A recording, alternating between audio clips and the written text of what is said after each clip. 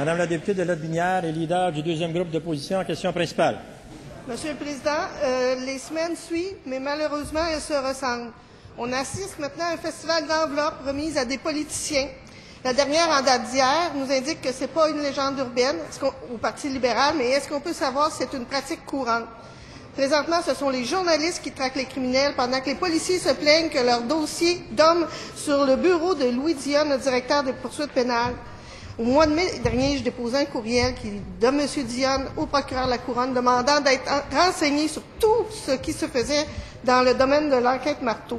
6 mois après que j'ai déposé ce courriel de Louis Dionne, comment peut-on comprendre que les procureurs de la Couronne dédiés à Marteau n'aient pas le temps de procéder à des accusations?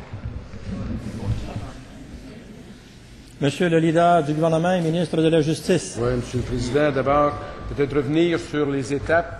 Il est normal que les policiers fassent des enquêtes, qu'ils aient le temps pour faire des enquêtes.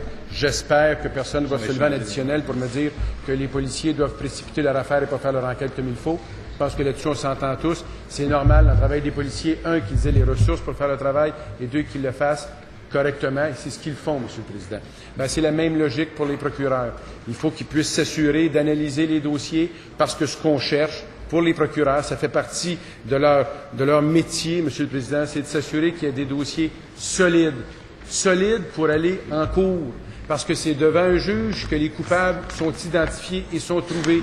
Dans la société de droit dans laquelle nous sommes, ce n'est pas ni la chef de l'opposition officielle, ni la leader de l'ADQ qui identifie qui sont les coupables. Il y a un processus qui doit être suivi. Et si jamais on demandait au gouvernement d'abandonner ce processus qui a toujours guidé une société de droit, je vous pose la question, mais alors vers où on s'en va? Si ce que vous demandez, c'est de précipiter le travail soit des policiers ou soit des procureurs, Monsieur le Président, nous n'avons plus de société de droit. Alors, je dois m'ériger en faux contre ces propositions.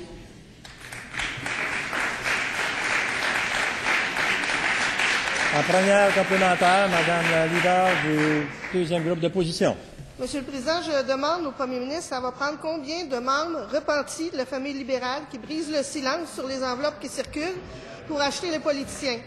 Ça va prendre combien de révélations? Il y en a beaucoup depuis 18 mois. C'est devenu presque banal de voir des enveloppes bourrées d'argent comptant à la télévision. Ce n'est pas des acteurs, c'est des anciens membres du Parti libéral. Qu'est-ce que ça prend pour que le premier ministre déclenche enfin cette enquête? Combien de candidats doivent faire la même chose que M. Grégoire? Combien de députés? Monsieur le leader du gouvernement et ministre de la Justice. Il fallait écouter la leader de l'ADQ. Probablement que l'ADQ ne siégerait plus parce que M. Taillon est venu dire des choses sur l'ADQ. S'il fallait qu'on se dise, M. Taillon a dit ça, donc ils sont tous coupables, donc il n'existe plus, dans quelle société serions-nous? La logique pour M. Taillon, c'était quoi?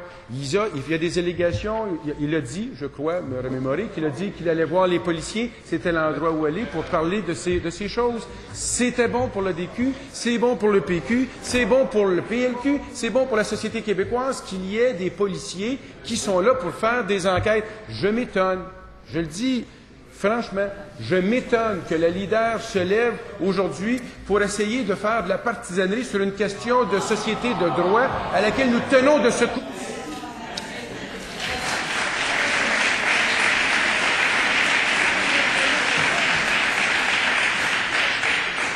Madame la leader du deuxième groupe d'opposition. Monsieur le Président, est-ce que je dois comprendre la réponse du leader du gouvernement qu'il y a rétractation, que le premier ministre ne croit plus le député de Vimont? C'est ce qu'il a dit. Monsieur le Président, ça fait 1 an et demi que je pose ce même genre de questions. Ça fait 1 an et demi qu'on dénonce des malversations en cette Chambre. On a passé toute la période des questions là-dessus. Quand on va arrêter de poser ce genre de questions? Quand vous allez la déclencher, votre enquête sur la construction? Monsieur le leader du gouvernement et ministre de la Justice. Déclenchée, Monsieur le Président, elle est déclenchée. Marteau est là. La commission de la construction est là.